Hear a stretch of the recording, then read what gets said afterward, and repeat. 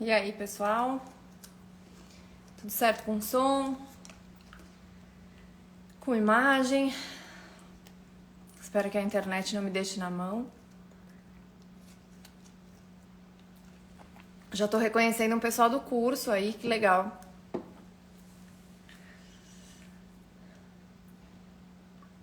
Vou esperar a doutora Tameia entrar aqui. Pedir pra fazer parte.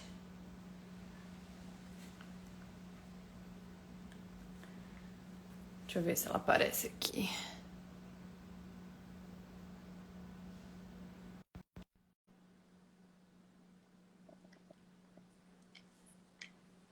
Autorizei, será que vai?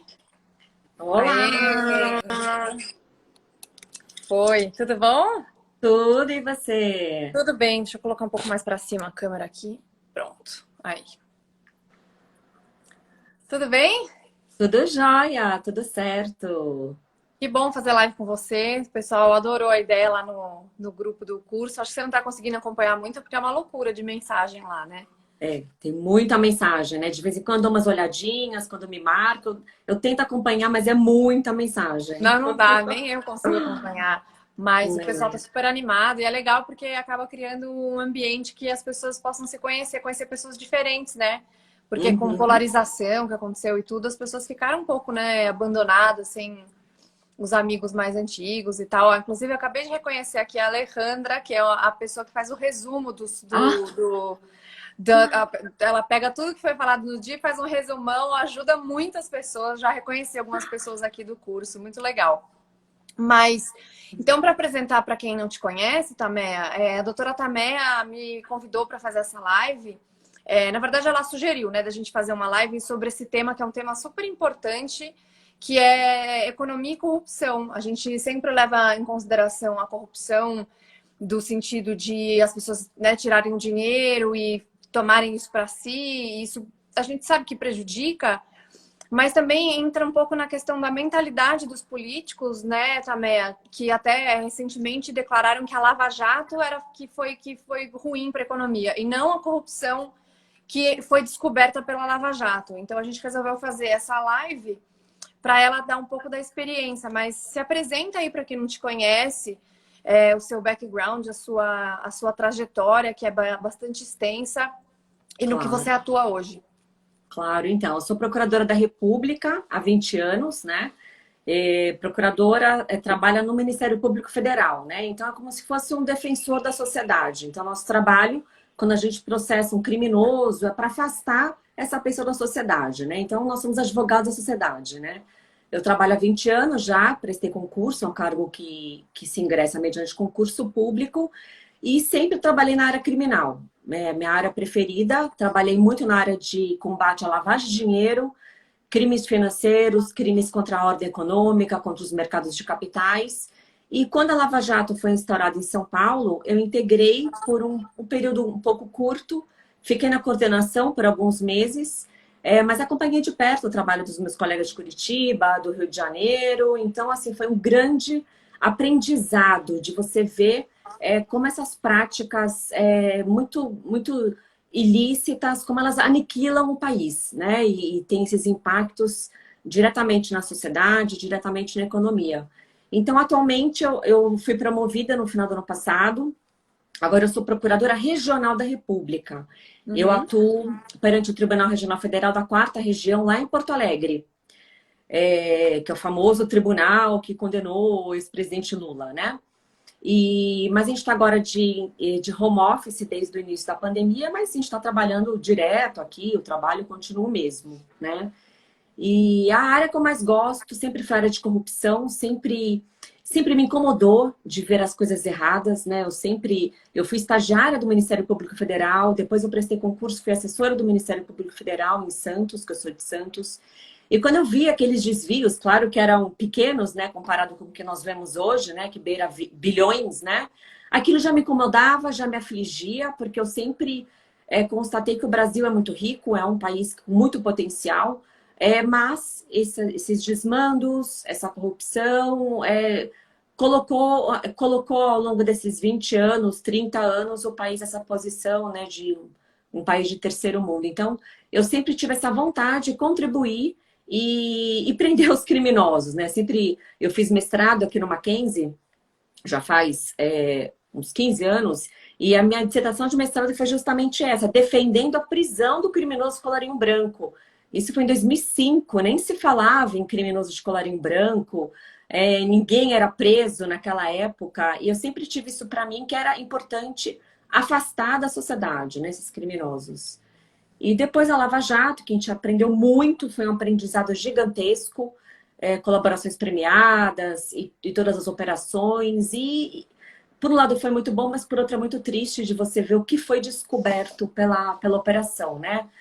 Como vivíamos numa corrupção endêmica, sistêmica, onde eram loteados os cargos, né? República do compadrio, o amigo, o conhecido, não era o que tinha melhor produtividade, o melhor técnico, melhor eficiência, não. Era aquela troca de cargos para ter aquela contrapartida, né? E como você falou, a economia, claro que deu uma balada, porque a Lava Jato desvendou o maior escândalo de corrupção, e eram as grandes construtoras do Brasil e até do mundo envolvidas. Então, é evidente que é natural que elas tenham um rendimento menor, que gere um pouco de desemprego, mas jamais você pode atribuir esse resultado à operação. A operação visa combater o que está errado, para afastar políticos desonestos, empresários corruptos, para que tenhamos um país mais limpo e que a gente tenha melhores resultados. É interessante você ter falado desse ponto, porque o que acontece, eu imagino que para você que seja do lado da execução ali, do combate direto à corrupção, seja bastante desafiador o sentimento de que às vezes uma parcela da população vai colocar a culpa em você ou na operação ou nas pessoas que estão nesse combate à corrupção, que foi inclusive um desafio aos grandes poderosos do Brasil, né? O Brasil é conhecido mundialmente por ter essa estrutura de poder em que você tem ou famílias ou partidos que tomam conta do país, ou regionalizado ou de forma nacional. E aí você tem uma parcela da população que eu não gostei da Lava Jato porque a Lava Jato causou desemprego. Só que, na verdade, ela está enxergando um pequeno um quadradinho pequeno numa linha cronológica gigantesca, que na realidade, que se não houvesse essa corrupção tão grande, com todas essas pessoas envolvidas, essas empresas envolvidas, a artificialidade que isso causou na economia também, porque é isso que é o tema, inclusive, da live, né? Só se olha esse quadradinho, mas se isso não tivesse acontecido, outros tipos de emprego teriam sido gerados, esse recurso que foi desviado teria sido gasto em escolas ou hospitais, ou coisas que de fato fizessem algum sentido para ser gasto o dinheiro dos nossos impostos. Só que, obviamente, que no momento que o sistema ele já está corrompido e você já tem uma corrupção sistêmica gigantesca, quando você for desafiar esses coronéis, essas grandes mentes aí da corrupção, e algumas empresas estavam envolvidas, empresas muito grandes, e como você falou, inclusive de atuação internacional, é natural que isso tenha um impacto. Só que o impacto de se continuar a corrupção seria muito maior. Então é triste de perceber que muitos canais de mídia deram voz para esse tipo de pensamento, ou deram sequência a esse tipo de pensamento, como se a Lava Jato fosse culpada de recessão ou de desemprego, quando na realidade foi bom que isso aconteceu para a gente ter uma noção exata do quanto que foi desviado. E aí eu estava dando até uma olhada aqui nos rankings e tal, o ranking do Brasil de corrupção, de 180 países analisados, nós somos aqui o 106, pelo que eu estou vendo aqui Exatamente. Corrupção, o ranking de corrupção. Então ainda tem países muito piores, mas a gente está muito mal ainda em termos de corrupção. Melhoramos um pouco, por causa até da questão da Lava Jato. Agora, o quanto que se foi desviado, a quantidade de dinheiro, o valor movimentado aqui numa notícia de 2017 é que o valor movimentado foi de 8 trilhões. Não se sabe exatamente, né, doutora, quanto que foi desviado, quanto que foi roubado, quanto que foi para cada... Porque é muito complicado de fazer essa conta, né, depois de tantos Sim, anos. Mas sim, sim. imagina que um valor de movimentação de 8 trilhões, que é mais do que o nosso PIB, é 3 vezes o nosso PIB, é uma coisa assim fora de série. E aí a gente tem um trabalho longo pela frente de melhorar a mentalidade das pessoas, que é o que eu sempre falo, que eu tenho falado no curso também, porque o grande problema é colocar a mentalidade do povo dizendo o seguinte: não, a corrupção ela não tem problema porque nós estamos fazendo isso porque é para o bem de vocês. A gente quer controlar o poder porque é para o bem de vocês. A gente quer fazer isso porque senão não ia ter democracia, porque ia vir outra pessoa de outro espectro político e ia roubar esse nosso lugar. Ou seja, é um conceito completamente distorcido de democracia e de justiça. E uma das coisas que eu vou falar no meu curso, que é no próximo módulo, que agora a gente está falando de história do socialismo, na liberdade econômica, é que um dos pilares da liberdade econômica é a efetividade da justiça. Sem dúvida. Então, eu queria te pedir um pouco para falar sobre essa importância da efetividade da justiça, não só de boas leis, mas de cumprir a lei, o quanto que isso é importante para o país. Ô, Renata, você teve acesso a tudo que eu preparei para falar? Porque você está falando assim no meu roteiro. Estamos alinhadas. Nossa, todos os pontos que eu listei é bem o que você está falando, né? Que tudo tá muito interligado, né? Você falou que as pessoas acusam a Lava Jato da eventual recessão, que não começou com a Lava Jato, né? Lembrando que a Lava Jato começou em março de 2014 e estava tudo maquiado, né? E nós estávamos com uma suposta instabilidade econômica, né? Você expert nesse assunto, era números maquiados, eram empréstimos não consignados, né, do tesouro, dos bancos públicos. Então, aparentemente, a ideia que se tinha é que estava indo muito bem a economia, mas não estava. Tanto que na reeleição com a ex-presidente Dilma, logo nos primeiros meses do segundo mandato, começaram a surgir todas as problemáticas econômicas, financeiras de má gestão, né? Uhum. E calhou com a primeira fase, com o comecinho da Lava Jato, né? Dos valores, tem uma estimativa que é mais ou menos uns 50 bilhões de reais que foram desviados. Desviados, 8 trilhões movimentados e aí dá 50 bi de desvio mesmo, quer dizer, de retirada de dinheiro público para o bolso das empresas, dos políticos e tal.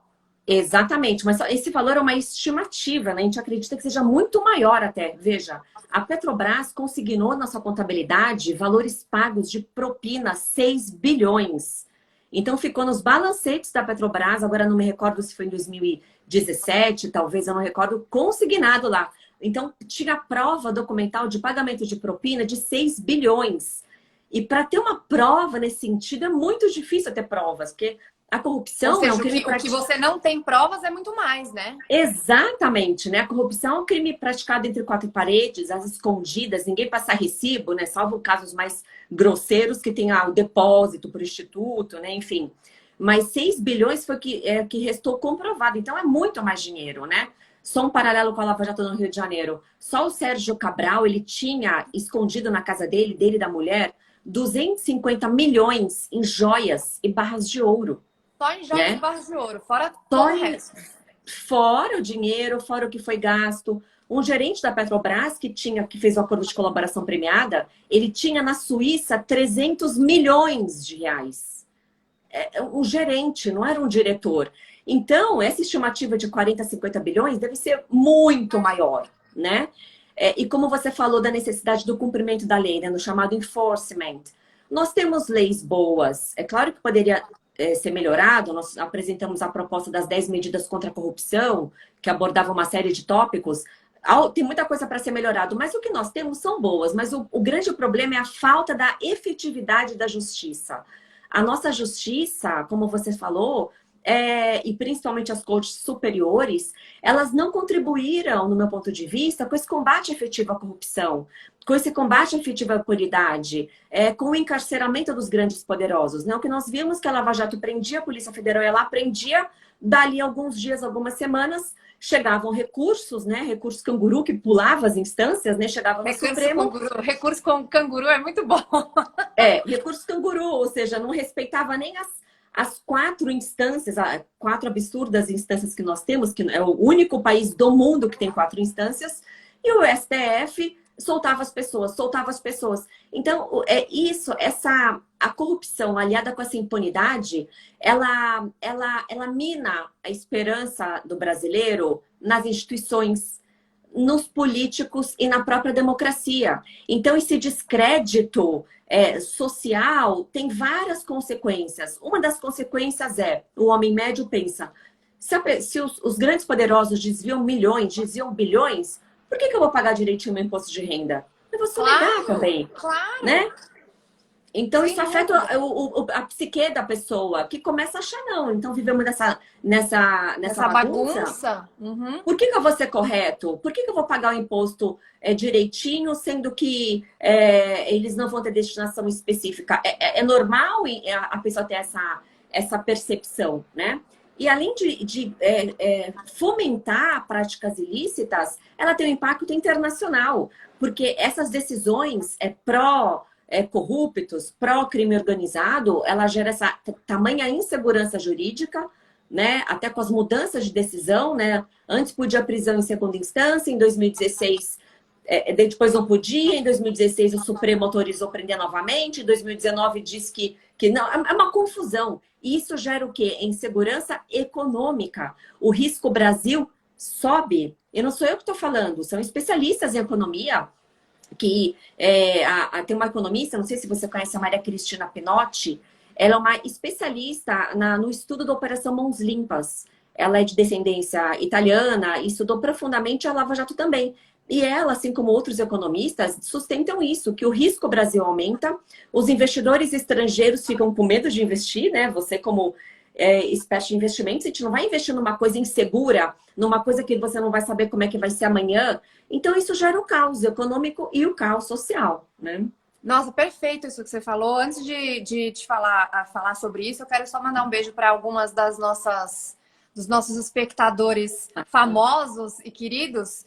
Passou por aí Paulo Matias, da Jovem Pan, minha querida Mariana Brito, Leandro adoro, Narlock. Maravilha! Alguém que eu não vi aí. Foi Mariana Brito, Leandro Narlock e Paulo Matias, pelo que eu vi até agora. Foi isso. Beijo para vocês. Adoro os três, são doutora bárbaros. Tadeia, essa questão da segurança jurídica é uma coisa que eu tento colocar muito na cabeça das pessoas. Até Sim. Voltando para o que eu vou falar no curso, no terceiro módulo, eu não tenho como não falar, porque como eu escrevi sobre isso muito recentemente, está tudo fresco na memória. E você vai ver no curso que dos casos que eu conto, quando eu for falar de liberdade econômica, é o milagre econômico da Estônia, que foi ocupada durante 46 anos, 51 anos pela União Soviética, 46 anos só depois da desocupação nazista. E eles tiveram que fazer um trabalho gigantesco para a dessovietização do país, que foi doloroso, foi muito complicado. E eu puxei várias entrevistas e vários comunicados, outras coisas do tipo, do primeiro-ministro da Estônia na época, que chama Martti Laar. E uma das coisas que ele colocou como cruciais para a mudança total da Estônia, que hoje é um dos países mais livres do mundo, um dos 10 países mais livres do mundo, é o único país do mundo com residência digital, então você pode ir através da internet ter uma residência digital para ter um negócio na Estônia. É um país com um PIB per capita o dobro do nosso, mesmo tendo ficado quase mais de 5 décadas sob domínio da União Soviética. E o que eles fizeram de mais importante, além da abertura econômica e todas essas coisas que a gente já sabe? Eles fortaleceram as instituições. E eu fiquei bastante tocada com esses depoimentos que eu vou trazer para o pessoal no curso, você vai poder acompanhar lá, porque ele falou a gente tinha um desafio muito grande. E os países que só fizeram abertura econômica, embora isso tenha sido positivo, não conseguiram ter os mesmos resultados que nós na Estônia tivemos, porque eles não fortaleceram as instituições. Então, a gente precisava de uma justiça eficiente, de uma lei eficiente, para que as pessoas pudessem vir para cá e falar, não, aqui é um lugar seguro para investir. Porque para você ter uma retomada econômica, principalmente, você precisa fazer isso através de investimento de vários lugares do mundo. A gente tem no Brasil e na América Latina uma galera com uma cabeça bem fechada em relação a esses temas, no ponto de vista de que não podemos entregar o ouro para outras pessoas e tal, mas no mundo globalizado, tudo que a gente tem, que a gente veste, que a gente consome, que a gente come, veio de algum lugar do mundo ou com uma cooperação de várias pessoas. Eu também vou falar disso nesse módulo de liberdade econômica. Agora, sem a efetividade das instituições, o fortalecimento das instituições para garantir que os contratos vão ser respeitados, que os Sim, corruptos vão ser punidos, que o crime sim. não compensa, o cara pensa duas vezes. Imagina naquela época, um país recém-saído da União Soviética. Como que você vai confiar? Como é que você tem certeza Sim, se vai dar certo? Então, não é fácil. Não é fácil. E aí, exatamente. uma coisa que eu me lembrei, quando eu comecei a procurar esses materiais, foi sobre uma fala do deputado Luiz Felipe de Orleans Bragança, da época da reforma da Previdência. Eu, como economista, eu enxergava, ainda enxergo a reforma da Previdência como um dos grandes feitos desse governo, que apesar de muitos erros, isso era uma coisa muito importante. O rombo estava vindo, Uhum, exponencial, e em algum momento, não ia demorar muito, o dinheiro ia acabar. Então, assim, caos. concordo. Uhum, Só que o deputado falou o seguinte: olha, mas apesar de eu concordar com isso, a gente precisa fazer uma reforma política antes, porque a gente precisa fortalecer as instituições. E eu falando, não, mas pelo amor de Deus, não vai ter dinheiro, como é que vai fortalecer sem dinheiro, não sei o que, não sei o que. Hoje eu acho, eu tendo eu entendo pelo menos esse ponto de vista. E aí eu queria saber a sua opinião sobre essa questão da reforma sim. política. Sim, concordo plenamente com você. No meu ponto de vista, é a reforma mais importante, porque para que possamos aprovar outras reformas, como a administrativa, depois a gente até pode falar um pouquinho que eu sou servidora pública, as pessoas acham que por eu ser servidora pública eu sou contra, que eu era contra a reforma da Previdência, em hipótese alguma, eu era favorável, sempre fui. Então, para poder implementar essas outras mudanças, como reforma tributária, nosso sistema tributário é caótico, né? Eu fui advogada tributarista por alguns anos, é um absurdo, né? Não estimula ninguém a empreender, só quer tributar, tributar e é um caos. E super E complexo também, né? Muito difícil de muito, entender. muito, muito, muito, muito difícil. Então, para que essas reformas necessárias, tem que ter reforma política. No meu ponto de vista, por exemplo, tem que diminuir o número de deputados, não tem a menor condição de ter mais de 500 deputados. Como que as pessoas vão se entender 500 pessoas discutindo? Eu acho que, por mais que tenha que ter liberdade para criar partido, eu acho um exagero. Tantos partidos que nós temos também, é impossível ter tantas ideologias diferentes.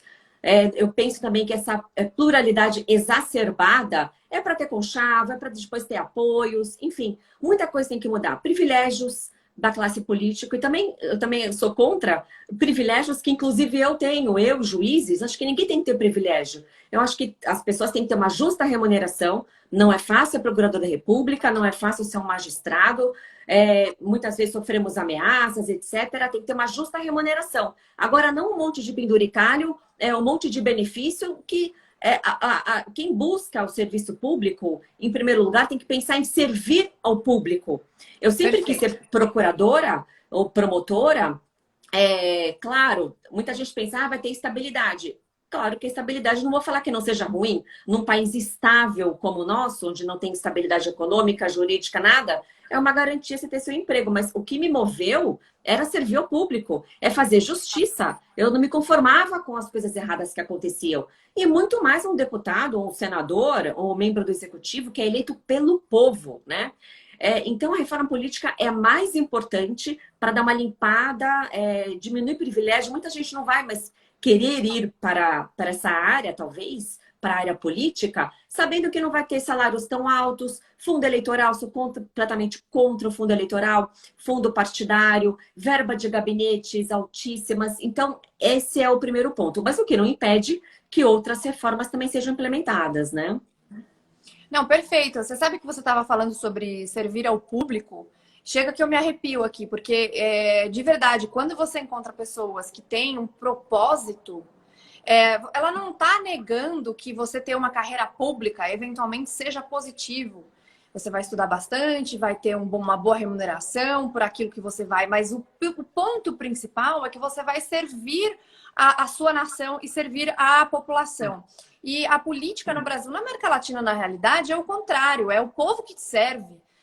Com todos Sim, esses penduricalhos que você falou. Então, é muito importante, eu acho isso incrível da sua parte, que uma pessoa que seja servidora pública, que tenha experiência nessa área, que principalmente atuou contra criminosos, contra pessoas que fizeram toda essa baderna com o Brasil, aponte também esses erros estruturais que o Brasil tem e precisa dessas reformas. Então, reforma política, reforma administrativa, reforma tributária e todas as outras que podem se seguir, além de várias outras reformas estruturais. E como eu falo, esse exemplo da Estônia, eu sempre falo dele, óbvio que tem vários outros, mas eles conseguiram fazer as coisas numa cronologia tão boa e entenderam tão rápido os desafios que eles precisavam e onde que eles precisavam atuar, porque imagina, você está dentro de uma economia totalmente planejada, dependente até então 95% da Rússia, com uma cabeça completamente diferente da liberdade, completamente diferente das boas práticas, digamos. Que seria você falar com as pessoas ou pagar propinas, até os cartões de racionamento dos alimentos na União Soviética, quem estava mais acima, ali perto do governo, ganhava mais cartões ou tinha privilégios. Então, esses privilégios, eles nunca acabaram. Nem quando o objetivo ou o discurso era melhorar a desigualdade e igualar todas as pessoas. Então, igualavam 95% das pessoas na miséria e esses outros 5%, que eram os amigos do governo, que é o que você falou, que a questão do compadrio, uma dos termos que a gente vai aprender no curso é o capitalismo de Estado ou o capitalismo de compadrio. Então, o Brasil ele não é um capitalismo de livre mercado, que é o desejável, com todas essas variantes, inclusive liberdade, não só a liberdade econômica, mas também a efetividade da justiça.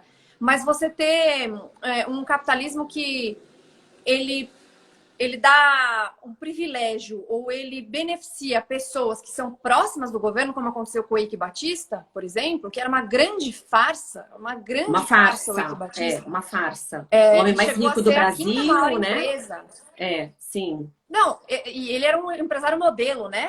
Não sei se você lembra das capas de revista e de jornais, empresário modelo e abraçado com presidentes e com deputados.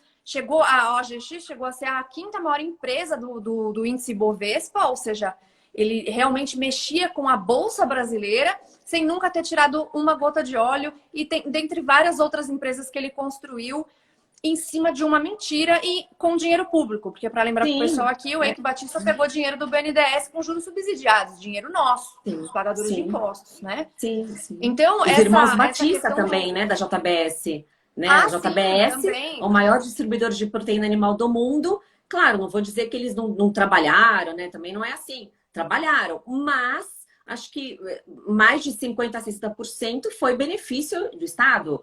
Empréstimos do BNDES, perdão de dívidas, né? Isso é chamada República do Compadrio, né? Para os meus amigos, vou dar isenção, eu vou dar desconto, eu vou emprestar dinheiro. Para os outros, né? Enfim. Exatamente. Desculpa te então, na verdade, todo aquele discurso... Imagina, pode me interromper quando quiser. Todo esse discurso de, vamos ajudar os pobres e oprimidos, ele é mentiroso. E ele não é de hoje assim. Ele já é assim faz tempo. E para você ter esse discurso funcionando na prática, tendo a sua população enganada, você precisa de muita propaganda e você precisa ter as instituições corrompidas. Então, se você tem as cortes supremas, se você tem os juízes também não fazendo bem o trabalho, se você tem uma lei que também não funciona bem, se você tem tantas instâncias como você falou, são tantas coisas que, no fim das contas, o homem médio, como você falou, a pessoa média, como diz o Emílio Surita do Pânico, o afegão médio, ele se sente desmotivado, né, a ser uma pessoa melhor. E uma coisa que eu gosto sempre de falar, Tamé, você já foi para o Japão alguma vez? Nunca. Uma vez eu ia até fazer um curso de corrupção no Japão. Todo ano tem um convênio que o próprio governo japonês seleciona alguns membros aqui do Brasil. Eu acabei não indo, que seria um mês, né? Ia ficar longe da minha filha, eu tenho uma filhinha pequena, na época ela tinha 6 anos. Mas era um curso sobre corrupção, ainda vou. Tenho muita vontade Não, então, vá, ainda mais que você vai ter essa oportunidade de fazer um curso sobre corrupção no Japão, porque eu fui para lá o ano passado com o Rodrigo, em novembro. A gente passou quase um mês no Japão. E uma das coisas que você aprende lá, sem fazer nada demais, só convivendo ali com as pessoas no dia a dia, é de fato o exemplo que eles são em termos de educação e de civilidade. E aí, o que acontecia com a gente? Nós, no Brasil, a gente não está acostumado a, sei lá, você tá num vagão de trem ou no metrô, você parar, cumprimentar as pessoas com uma reverência e tal. Você não está acostumado com esse tipo de coisa. Mas depois de 10, 15 dias que a gente estava lá, começou a ficar natural pra gente fazer isso.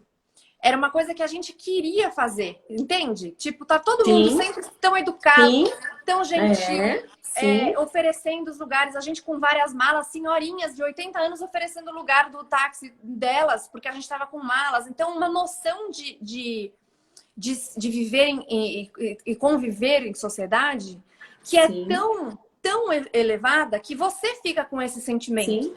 Então, nós estimula, né? Isso. A boa prática estimula. Você vê as pessoas sendo educadas, sendo gentis. Uma vez eu vi uma reportagem, criancinhas de 5 anos pegando o metrô praticamente sozinhas, com uma professora só, todos com o cartãozinho deles. Eles limpam as escolas. Eu sei que tem um amigo que é descendência japonesa, né? Morou lá. Eles limpam, não tem faxineiro, né? E aqui não. Aqui não dá nem para comparar, né? Eu nem gosto de falar muito mal do Brasil, porque podem achar que eu não gosto do nosso país, mas eu amo o Brasil, sou super patriota. Porque, na verdade, é o contrário, né, também. A gente não quer viver em outro país, a gente quer viver num outro Brasil. Então, assim, pegar as boas práticas de fora, seja por educação, ou seja por questão de leis efetivas, seja por questões de boas práticas internacionais de economia. Então, todo mundo quer ser a Noruega, mas ninguém quer as leis trabalhistas da Noruega. Todo mundo quer ser a Dinamarca, mas ninguém quer a efetividade da justiça da Dinamarca. Então, todo mundo fala assim, as pessoas, né, os socialistas, nós temos que ter socialismo igual a Dinamarca. Eu falei, tudo bem, você quer chamar de socialismo? Não é socialismo, mas você quer chamar de socialismo a Dinamarca? Tudo bem, eu apoio, vamos ser socialistas igual a Dinamarca. Só que quando você pega toda a lista de coisas que a Dinamarca e a Noruega têm, que a gente não tem e precisaria mudar, a começar pela lei trabalhista. A começar por isso, a lei trabalhista nossa é uma baita jabuticaba, não existe em lugar nenhum do mundo. E lá na Dinamarca, Suécia, Noruega e etc., também tem esse, não tanto quanto o Japão, mas tem essa coisa das pessoas serem educadas, sempre solícitas e tudo, que me deixou bastante movida, tocada. Mas tem o fato deles serem muito práticos e muito abertos a negócio, que é o oposto do Brasil. Então, quando você tem protestos aqui para ter uma reforma trabalhista, melhorar a CLT, para reduzir os encargos, para ter uma reforma tributária para redução de encargos, para não haver impostos muito altos para grandes fortunas, por exemplo. Então, assim, eles só consideram, eu também vou falar isso no curso, impostos grandes nos países nórdicos, mas eles não consideram todo o resto e que, por exemplo, o imposto para a pessoa jurídica lá é um dos menores do mundo, para você ter esse incentivo de empreender. Que aqui acontece o contrário com a nossa legislação tributária. Então, essa coisa que você falou inicialmente na live sobre a corrupção endêmica, ela prejudicar o próprio sentimento do brasileiro comum, eu acho que é um dos grandes problemas a serem enfrentados, porque essa mentalidade, ela é um círculo vicioso, né? Exatamente, exatamente. Até como a gente está falando muito de Dinamarca, outros países, né? E você própria mencionou a Transparência Internacional, esse ranking. Eu queria mostrar aqui um mapa. A Transparência Internacional é uma ONG com sede em Berlim. É um órgão que mapeia a percepção da corrupção em diversos países, né? Principalmente nos de terceiro mundo, né? E eles divulgam práticas de compliance, práticas de integridade, para tentar auxiliar esses países a sair da corrupção, né? Então, só para o pessoal ver, não sei se vai dar para ver aqui, tá dando para ver esse gráfico? Tá vendo o mapa? Então, nesse mapa que a Transparência Internacional faz, os países mais vermelhos, os que estão em vermelho, são os mais corruptos, são os mais desonestos. Os em laranja, os amarelos, são os mais limpos, são os mais honestos. E nesse ranking que você falou de 180, os primeiros colocados são os mais limpos. Quem são os primeiros colocados? Dinamarca, Nova Zelândia, Finlândia, Suíça, Suécia, Noruega, Alemanha, Inglaterra, Canadá. Os Estados Unidos está junto com o Chile em 23ª posição, uma boa posição. E o Brasil, 106. Então, pegando esses países mais limpos, são os mais livres economicamente, são os mais ricos, são os países mais desenvolvidos economicamente. Por outro lado, os últimos colocados, olha lá, Somália, último colocado, Sudão do Sul, Síria, Venezuela está na posição 173. Então, os países mais pobres são os mais corruptos, são os mais desonestos. Então, isso aqui, esse estudo da transparência deixa claro como a economia está completamente interligada com a corrupção. É claro que é difícil você erradicar completamente a corrupção. Pode até ser, talvez a Dinamarca não tenha caso nenhum, né? Eu adoro a Dinamarca. Até estou assistindo uma série muito bacana que chama Borgen, que é sobre a história de uma primeira-ministra da Dinamarca. Super recomendo. Legal. Talvez não tenha atos de corrupção lá. Mas em outros lugares, como a Alemanha, até tem, mas é pontual. E quando acontece esses escândalos, assim, né? isso. E quando acontece, a justiça funciona. Que nem nos Estados Unidos, né? No escândalo da FIFA, onde prenderam os grandes cartolas, né? Então não tem essa seletividade na punição. Não importa se é poderoso, não importa se é rico, cometer um crime é punido. Então esse gráfico reflete bem essa situação que a gente está vivendo. E cada ano a gente está caindo as posições. Isso é muito preocupante. Com o início da Lava Jato em 2014, nos primeiros anos, né, que tinha um grande apoio popular, que isso foi um dos pilares do êxito da Lava Jato, foi esse apoio popular. Em 2016, o Supremo autorizou a prisão após a segunda condenação.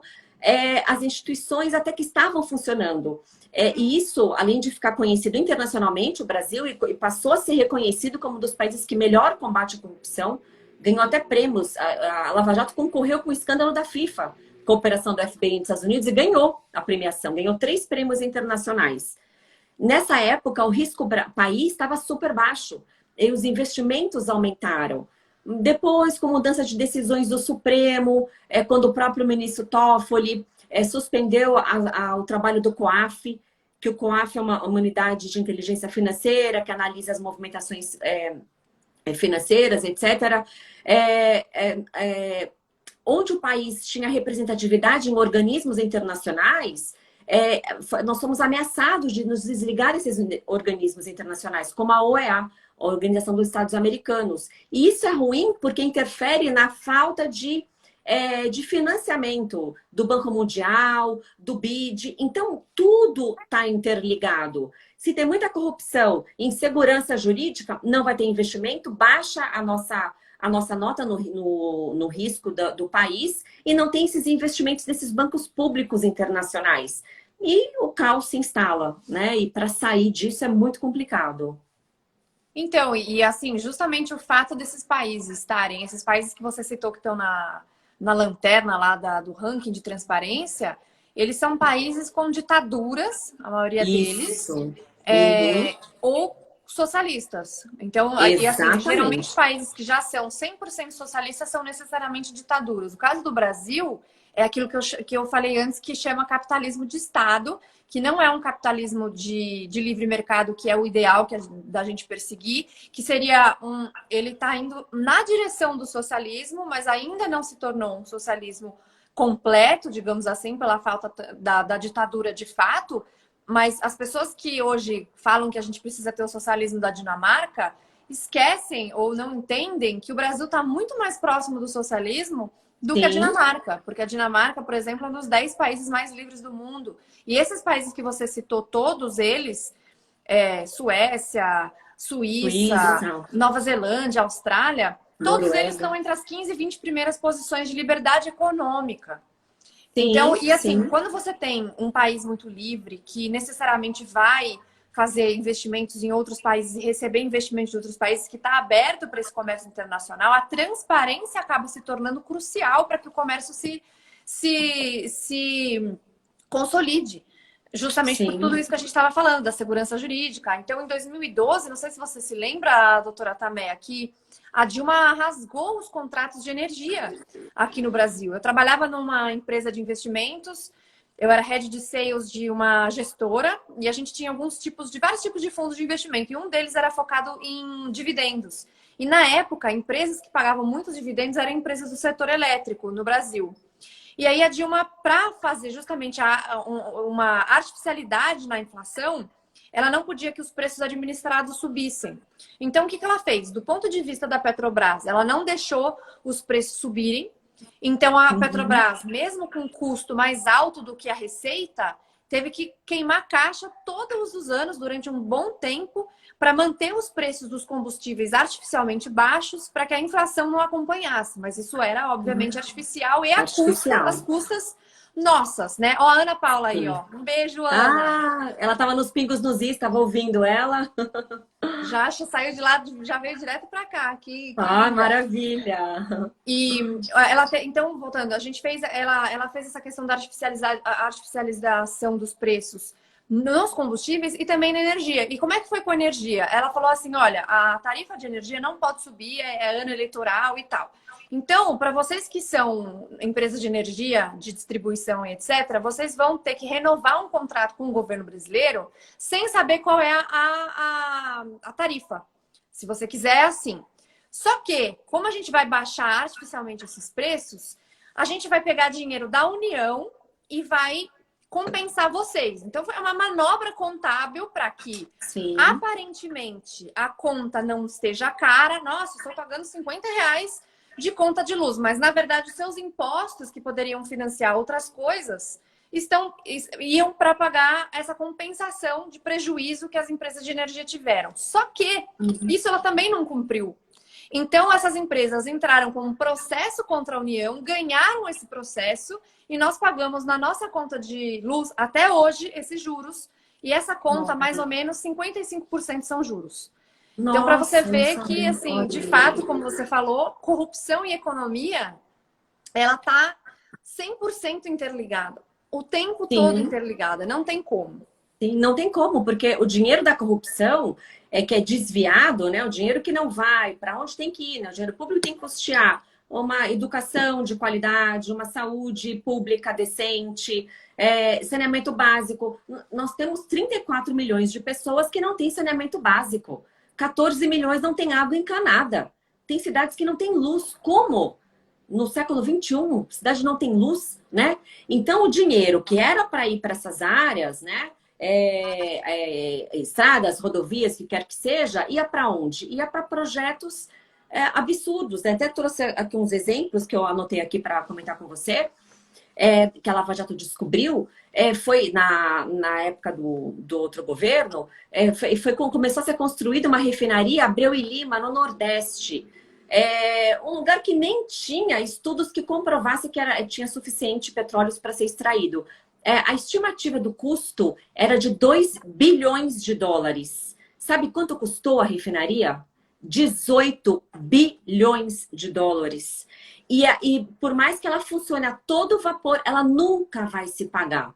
Então aí mostra para onde que ia o dinheiro. Então tem gente que fala, nós somos um país pobre. Não somos um país pobre. Nós temos recursos, temos minério, temos petróleo, temos pré-sal, temos ouro, temos agricultura. Agora, o problema é essa má gestão e corrupção e consequentemente, uma gestão econômica ruim, né? E que resulta nessa situação. Um outro exemplo da compra da refinaria de Pasadena. Pasadena. Um absurdo.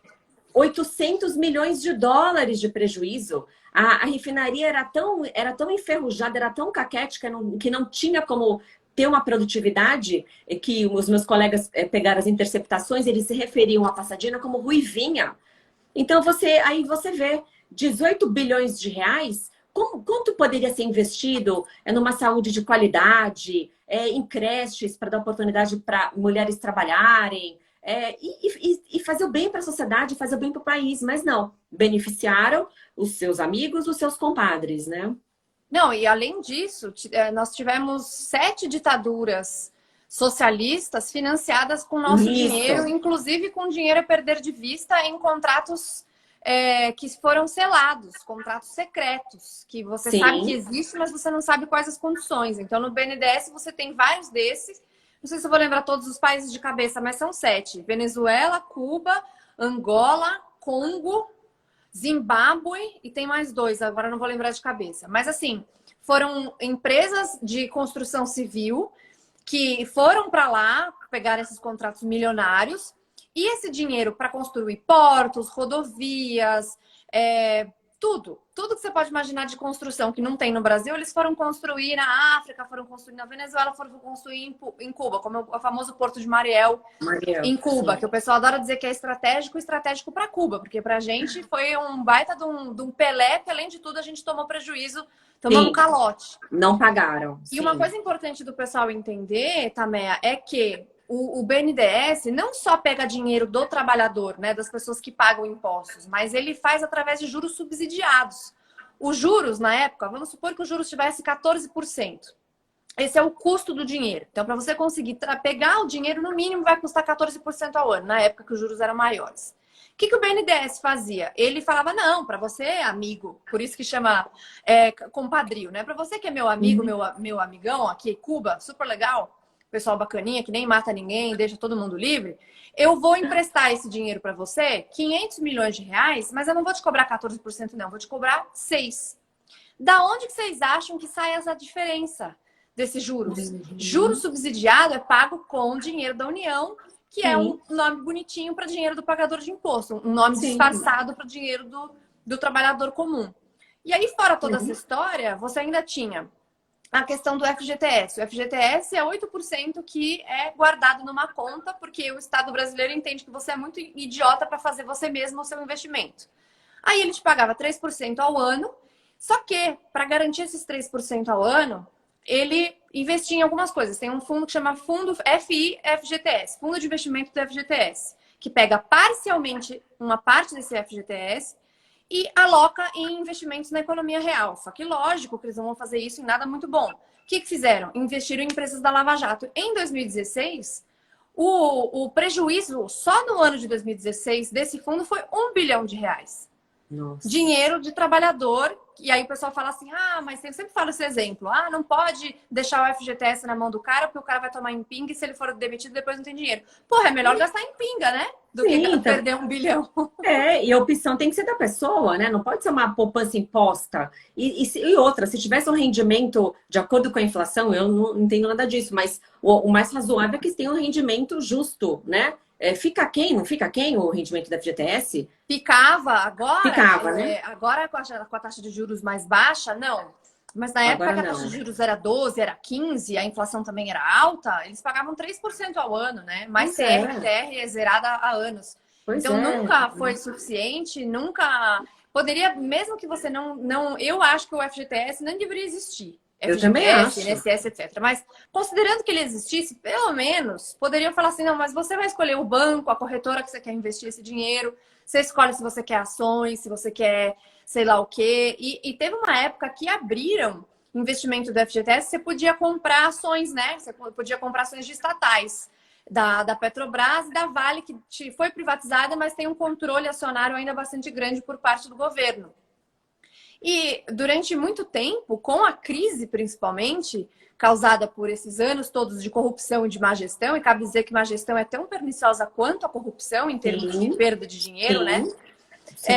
Que você teve perdas. Então, o pessoal entrou comprando porque era uma oportunidade de comprar uma coisa melhor do que o FGTS, mas comprou com a Petrobras valendo altíssimo. E depois, com toda a crise que descobriram, com Lava Jato, com tudo, a Petrobras foi para o fundo do poço. Até recuperar tudo de novo, Sim, sim. demorou muito tempo. Então, de Mas fato, já começou a recuperar, né? Já teve lucro, já já recuperou. Eu faz. acredito que já recuperou Já desse tá pessoal que tendo. comprou nessa É. época. Mas você fica traumatizado, né? Sim, E aí você claro. começa a achar que o problema é o mercado de capitais ou o problema é a ação. E na realidade não, são as péssimas ações, as péssimas deliberações do governo de todos esses anos. E aí é importante uma coisa, né? Não é só falar de um governo específico que fez tudo o que fez com Lava Jato, etc. É ter essa noção de que é importante a gente ter mais indivíduo e menos governo. Não Sim, importa se o sim. governo é de alguém que você gosta ou de alguém que você não goste, porque quando vem alguém que você não gosta e ele tem poder demais sobre o indivíduo, aí a coisa fica complicada. Então a gente tem que lutar cada vez mais para o Estado ser enxuto. E o Brasil Sim, tem um Estado sim, muito, muito sim. inchado. Sim, eu tô vendo mais pro comecinho muita gente falando da privatização dos Correios, né? Veja, se a gente vier com esse mesmo raciocínio, a Lava Jato causou desemprego porque as empresas investigadas tiveram que demitir. Sendo privatizado mesmo os Correios, eu acho que tem que privatizar. Eu acho que o Estado não tem que ficar entregando carta, não tem que ter posto de combustível. O Estado tem que fazer as funções básicas de Estado e fazer direito, né? Não querer fazer um monte de coisa E sem fazer tudo competência errado. e tudo errado, né? Então, evidentemente, eu não sei como é que vai ser essa transição, não sei como é que vai ser a situação dos trabalhadores, mas possivelmente alguns vão perder o emprego, né? É possível que seja enxugado um pouquinho os trabalhadores, né? Ah, então, se você pensar, mas vai ser ruim a privatização porque vai causar desemprego. Veja, a empresas não é empresa de caridade. É mesmo o Estado. Quando o Estado atua na atividade econômica, competindo com particulares, não é caridade. Não tem que ter um monte de pessoas só para ajudar a distribuir emprego. Não é assim que se distribui emprego com o dinheiro público. Você tem que dar melhores condições, diminuindo os impostos, desburocratizando a atividade de empreendedorismo e assim os particulares que vão gerar esses empregos. Então, eles soltam falácias, né? Quem é contra privatizar, solta essas falácias, sofismas, as pessoas mais desinformadas acabam comprando essa versão, né, equivocada. Não, e é muito legal você ter falado isso, que eu me lembrei de uma coisa. A Petrobras, nesse auge de corrupção e tudo mais, ela primeiro tinha a dívida corporativa mais alta do mundo. Era a empresa com a maior dívida corporativa. Por quê? Consequentes, esses consecutivos queimas de caixa que houve, porque você tinha que deixar o preço dos combustíveis artificialmente baixo. Então, se você fica vendendo durante muito tempo um produto com um valor mais baixo, um valor mais alto do que, aliás, mais baixo do que o seu custo, se o seu custo é mais alto do que a sua receita, é óbvio que você vai só ter prejuízo. Só que uma empresa normal, em condições normais, que não estatal, teria quebrado, porque é impossível você conseguir manter uma empresa assim. Por que uma estatal não quebra? Porque tem dinheiro dos pagadores de impostos sustentando esses prejuízos, mas eles não compartilham com vocês os lucros e muito menos os desvios que eles fazem para o pessoal. Aí teve o seguinte, além da maior dívida corporativa do mundo, durante muito tempo a Petrobras tinha o maior número de empregados que era o suficiente para ter as duas maiores empresas do mesmo setor de óleo e gás do mundo combinadas. Então você pegava as duas maiores empresas do mundo, juntava as duas, a Petrobras tinha o dobro de empregados que essas duas juntas. Necessidade? Com certeza não era por necessidade. É cabide de emprego. Sim. Ah, mas Cabide a gente precisa dar emprego para as pessoas. Não, o trabalho do governo não é dar emprego. O trabalho do governo é dar um ambiente, atrapalhar pouco e fazer um ambiente de negócio ser suficientemente bom para as pessoas empreenderem, para as pessoas terem empregos, porque as empresas vão crescer e vão precisar de pessoas e assim por diante. Então, essa questão não pode acabar com os Correios, né, ou não pode privatizar, porque isso vai acabar com os empregos. Um dos dados que eu coloquei no meu curso, quem assistiu já a primeira e a segunda aula agora do segundo módulo viu, que tem um estudo que foi feito para empregos que vão ser perdidos com a evolução tecnológica até 2022.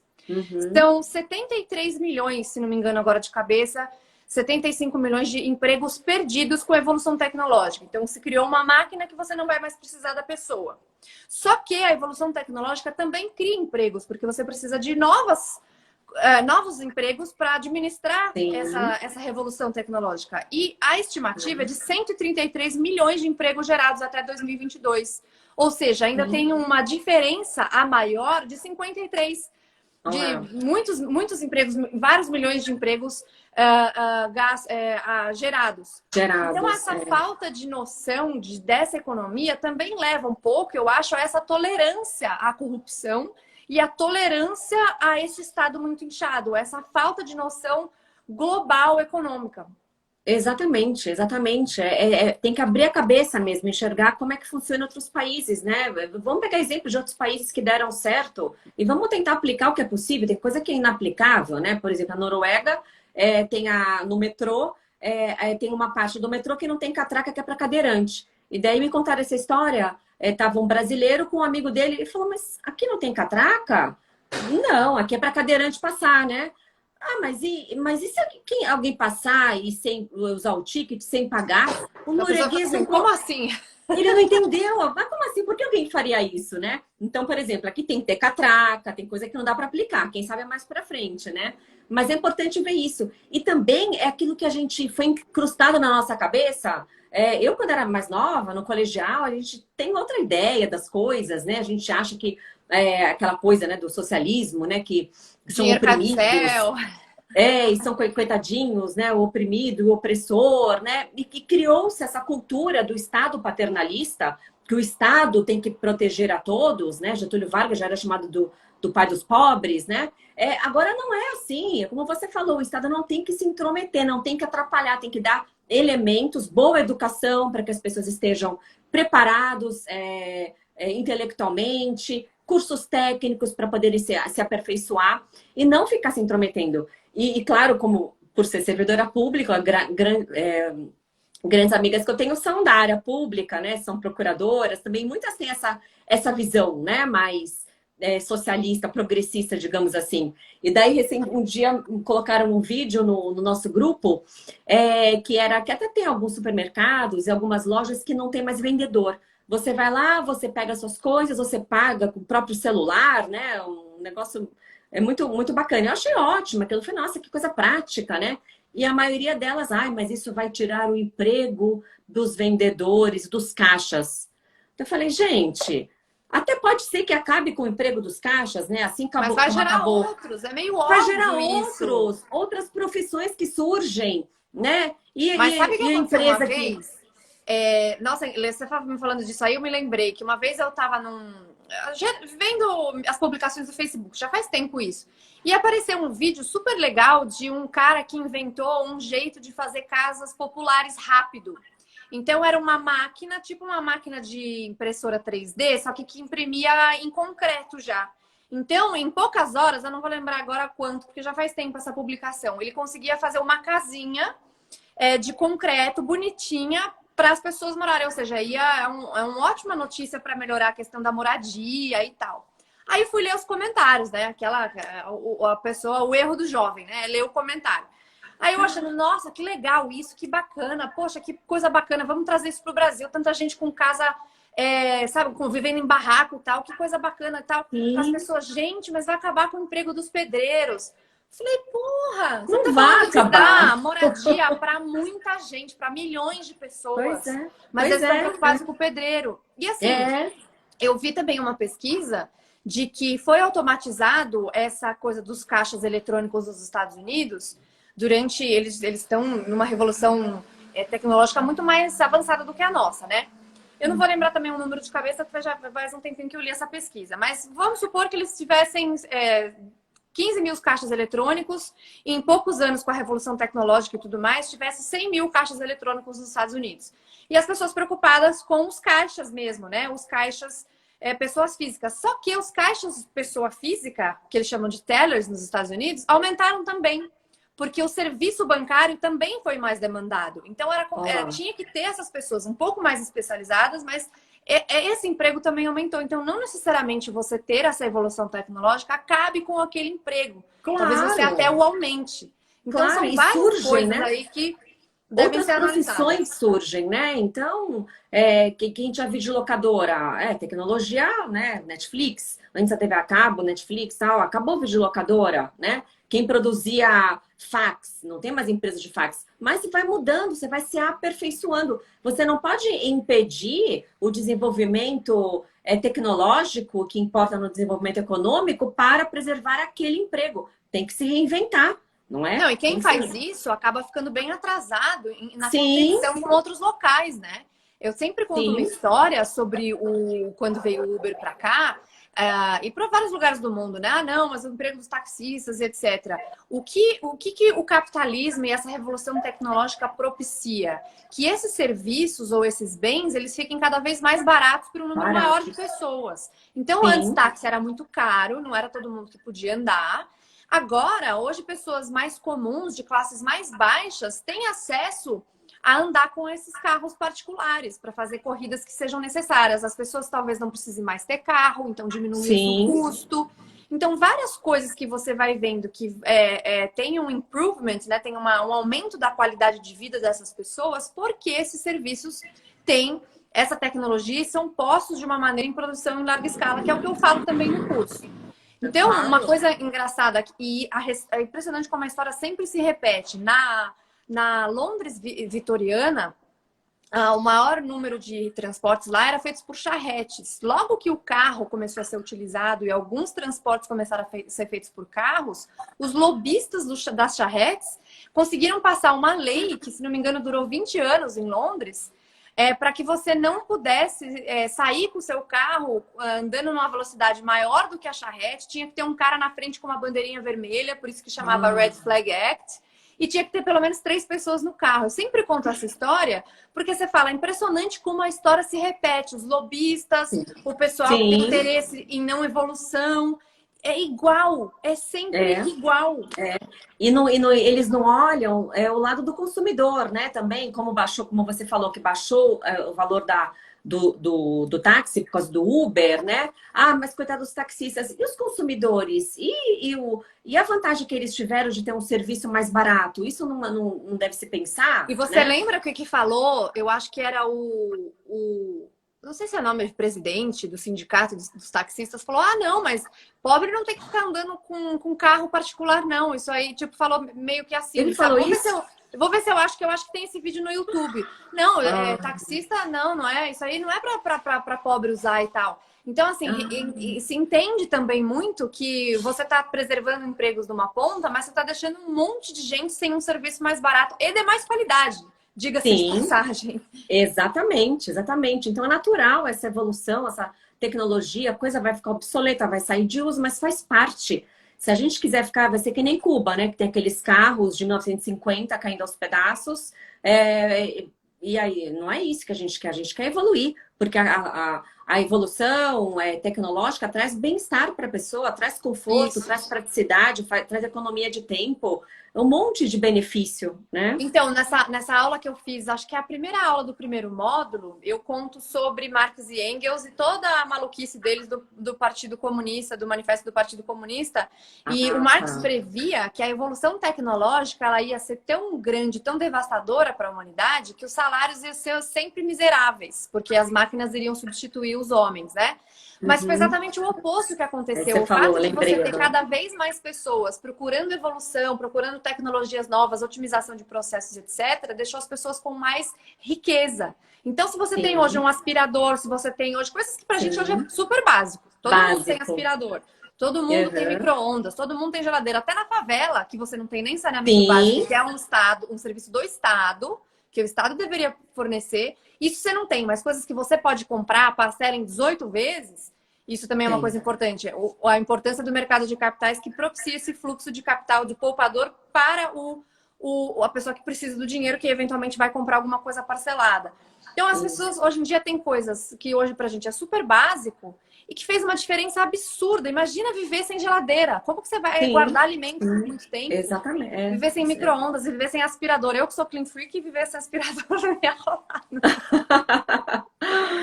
Mas exatamente. Você falou isso na inaugural ou na primeira aula? Agora eu não lembro. Agora foi isso sobre a evolução tecnológica, tá na primeira aula do segundo módulo. Na primeira aula, tá. Do segundo módulo, que é essa sobre Marx. Então tem que ver esse lado, né? Então, já que a gente está falando do seu curso, né? Que condenam tanto o capitalismo, agora, e tudo que foi trazido de bom para a população, muitas pessoas conseguiram, por conta dos avanços econômicos, do próprio capitalismo, conseguiram melhorar sua vida, ter mais conforto. Então, é pena que os nossos governantes, né, que vêm há muitos anos, não têm essa visão de querer, como eu falei, servir o público e melhorar a situação da população. Não querem, né? Às vezes dão um benefíciozinho aqui, ali, para agradar, mas é para comprar o voto, não é para melhorar a situação das pessoas, e sim para garantir o voto na próxima eleição, para eles continuarem no poder e continuar roubando. Isso. Eles precisam dessas pessoas garantidas nessa situação de pobreza para sempre precisar ter um caudilho, né? E quanto pior estiver o ensino público, melhor. Quanto pior estiver a educação, melhor. Veja o ranking que nós estamos, né, do PISA, um absurdo, né? Foi caindo o ranking de educação no Brasil. E aquele político mal intencionado, é excelente isso, né? Quanto mais pessoas que não raciocinam, que não têm uma educação de qualidade, não vão entender, não vão questionar e vão aceitar a migalha distribuída, né?